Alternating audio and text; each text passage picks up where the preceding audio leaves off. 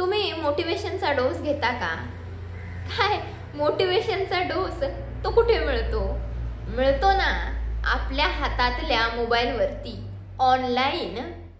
आपल्या हातातल्या मोबाईलवरती गुगलवरती जाऊन मोटिवेशन असं फक्त सर्च करायचं की खूप सारे मोटिवेशनल व्हिडिओज, प्रेरणादायी भाषणं, मोटिवेशनल पॉडकास्ट आपल्याला मिळतात. खूप सारे मोटिवेशनल डोस. फक्त आपण ठरवायचं आपल्याला कोणता डोस घ्यायचा आहे ते. आपल्याला कंटाळा येतो, कामात उत्साह वाटत नाही, बरं वाटत नाही. मग आता बरं वाटावं म्हणून आपण हा डोस घेतो. आपल्याला कंटाळा आलेला असतो, मग कामात लक्ष लागत नाही. आपण काहीतरी मोटिवेशनल सर्च करतो, मोटिवेशनल ऐकतो किंवा पाहतो. त्याने आपल्याला बरं वाटतं. आपल्याला असं वाटतं की आपल्या हातातलं जे काम आहे ते असं वेगाने आपण सुरू करू. किंवा मग काहीतरी खूप मोठं मला माझ्या आयुष्यात अचीव करायचं आहे आणि ते काहीतरी खूप मोठं मिळवण्यासाठी आतापासून, अगदी या क्षणापासून मला प्रयत्न करायला पाहिजेत, अगदी जोरदार प्रयत्न करायला पाहिजेत, असा उत्साह आपल्या तनामनामध्ये संचारतो. हेच प्रेरणादायी भाषण पाहून, एखादा मोटिवेशनल व्हिडिओ पाहून वाटतं आपल्याला असं. पण हे वाटणं फक्त त्या क्षणांपुरतंच असतं किंवा त्या दिवसापुरतं. दुसऱ्या दिवशी पुन्हा गाडी पूर्वपदावर. मग आता हा व्हिडिओ पाहणारे म्हणतील मग आता काय करायचं, मग काही मोटिवेशनल पाहायचंच नाही का? असं अजिबात नाही. आपण मोटिवेशनल व्हिडिओज पाहतो, काहीतरी मोटिवेशनल भाषणं असतात ते ऐकतो, त्यातून आपल्याला बरं वाटतं, उत्साह येतो आणि ही चांगली गोष्ट आहे. एखाद्या गोष्टीने आपल्याला बरं वाटत असेल तर ते उत्तमच. पण काय होतं, हा उत्साह, ही ऊर्जा फार काळ टिकत नाही. मग अशा वेळी एक पाऊल पुढे जाऊन विचार करण्याची गरज असते. आता एक पाऊल पुढे जाऊन विचार करायचा म्हणजे नेमकं काय करायचं? तर पहा, आपल्याला ऊर्जा मिळण्यासाठी, आपल्याला प्रेरणा मिळण्यासाठी आपण बाह्य घटकांवरती अवलंबून असतो, ज्याला एक्सटर्नल फॅक्टर्स असं म्हणतात. आता हे बाह्य घटक कोणते? अगदीच आपण पाहतो यूट्यूबवरती ते मोटिवेशनल व्हिडिओज, प्रेरणादायी भाषणं, प्रेरणादायी पुस्तकं किंवा मग एखाद्या कामाची आपल्याला मिळणारी पोचपावती.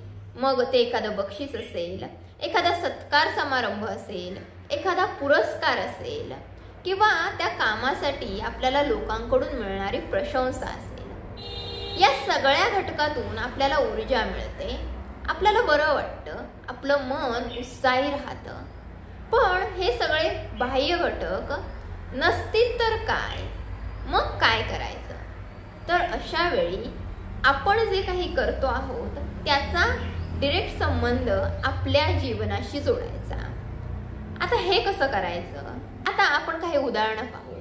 आपल्यापैकी बरेच जण स्पर्धा परीक्षेचा अभ्यास करत असतात, MPSCचा अभ्यास करणारे बरेच जण असतात. बऱ्याच वेळेला असं होतं की आपल्याला अभ्यासाचा कंटाळा येतो किंवा उत्साह वाटत नाही. आपल्याला ती एक ठिणगी गरजेची असते आपल्याला पुढे चालण्यासाठी. मग आपण ऑफकोर्स यूट्यूबवरती जातो, ज्यांनी स्पर्धा परीक्षा पास केलेली आहे त्यांचे प्रेरणादायी विचार ऐकतो, त्यांचे व्हिडिओज पाहतो, भाषणं ऐकतो. त्यातून आपल्याला बरं वाटतं, पण फार काळ ते बरं वाटत नाही. मग अशा वेळी काय करायचं? तर अभ्यास आपला सुरू ठेवायचा आणि दररोज हा विचार करायचा. 10 ते 15 मिनिटं दररोज हा विचार करायचा की परीक्षा पास झाल्यानंतरचा मी, परीक्षा पास झाल्यानंतर मला काय वाटेल, तो आनंद आपण इमॅजिन करायचा. परीक्षा पास झाल्यानंतरचं माझं आयुष्य, त्यानंतर माझ्या कुटुंबियांचं जे जीवनमान सुधारेल, राहणीमान सुधारेल, त्या सगळ्याचं चित्र तुम्ही तुमच्या मनात रेंगाळत ठेवा. तुमच्या डोळ्यासमोर ते चित्र सतत राहू दे. त्यातून तुम्हाला जी ऊर्जा मिळेल ना, ती ऊर्जा फार काळ टिकणारी असेल. ती ऊर्जा तुमच्याकडून कोणीच काढून घेऊ शकणार नाही. म्हणजे आपण एखादं भाषण ऐकतो, एखादं पुस्तक वाचतो, त्याने आपल्याला बरं वाटतं, पुन्हा असं काहीतरी घडतं की त्याने आपलं मन नकारात्मक होतं. पण जर तुम्ही तुमच्या नजरेसमोर तुमच्या मनामध्ये असं एक चित्र रंगवत असाल ना, तर त्यातून तुम्हाला जी ऊर्जा मिळेल ती तुम्हाला प्रचंड प्रमाणामध्ये पुरेल. आता हे झालं विद्यार्थ्यांकरता. पण आपल्या रोजच्या जीवनामध्ये सुद्धा आपण जॉबमध्ये असतो. भले तुम्ही प्रायव्हेट जॉबमध्ये असाल किंवा एखाद्या सरकारी संस्थेमध्ये कॉन्ट्रॅक्ट बेसिसवरती असाल, आपण जॉबमध्ये असतो. पण पदोन्नतीसाठी किंवा आपल्याला अजून काही जे फायदे आहेत जॉबमधले ते मिळवण्यासाठी किंवा मग पूर्ण वेळ सरकारी अशा काही स्वरूपाच्या कामासाठी आपल्याला काही पर्याय असतात. म्हणजे एखादा कोर्स आपल्याला पूर्ण करायचा असतो किंवा एखादी परीक्षा असते ती द्यायची असते. आता साधारणतः बऱ्याच वेळेला टायपिंग किंवा टॅलीचे जे कोर्सेस असतात ते करणारी मंडळी ही असे जॉब करणारी असतात, जे जॉबमध्ये तर असतात पण त्यांना ते कोर्सेस करणं सुद्धा तितकंच गरजेचं असतं. ते सर्टिफिकेट जर हातात असेल तर तुम्ही कुठेतरी अप्लाय करू शकता कुठल्या तरी फुल टाईम जागेसाठी किंवा मग कुठली तरी सरकारी परीक्षा असते जी तुम्हाला द्यायची असते पण त्याच्यासाठी तुम्हाला ते सर्टिफिकेट आवश्यक असतं. मग अशा वेळेला तो कोर्स पूर्ण करणं हे तुमचं ध्येय असतं. पण काय होतं ना, तुमचा जॉब, त्या जॉबमधील जबाबदाऱ्या, तुमचं घर, घराच्या जबाबदाऱ्या हे सगळं मॅनेज करून तो कोर्स करणं कठीण जातं आणि मग तुम्हाला ती कटकट वाटते किंवा नाही बुवा मला हे जमणार असं वाटतं. त्याचा अभ्यासक्रम थोडासा कठीण असतो, बऱ्याचशा गोष्टी असतात, काहीही असेल.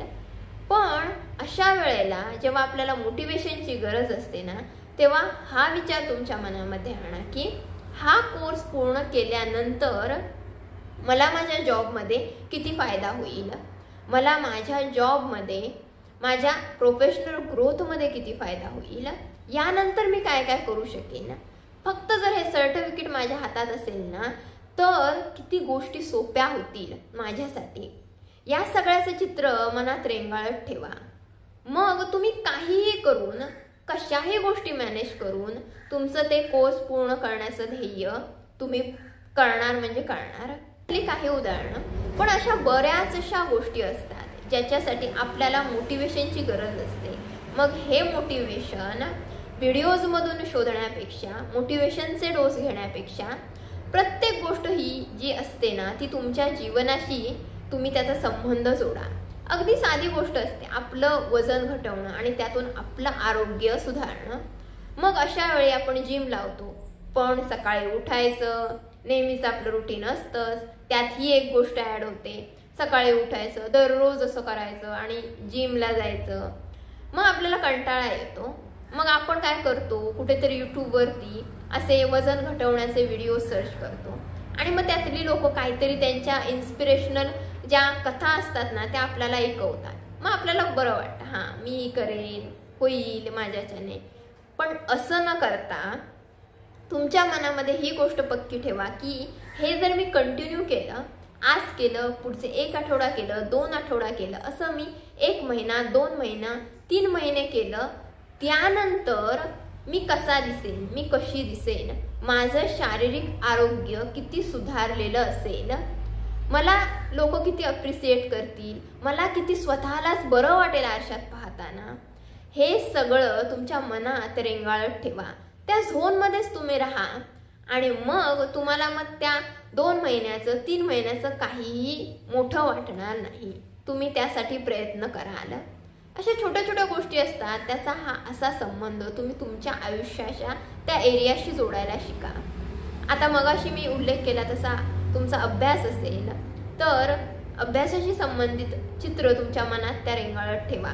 प्रोफेशनल ग्रोथसाठी तुम्ही प्रयत्न करता, आयुष्याचा तो भाग जो असेल तो किती समृद्ध होईल, तुम्ही इतरांपेक्षा त्या गोष्टीमध्ये किती पुढे गेलेले असाल त्याचा विचार करा. त्याने तुम्हाला बरं वाटेल, त्याने तुम्हाला खूप सारी ऊर्जा मिळेल. तर हा होता आजचा व्हिडिओ.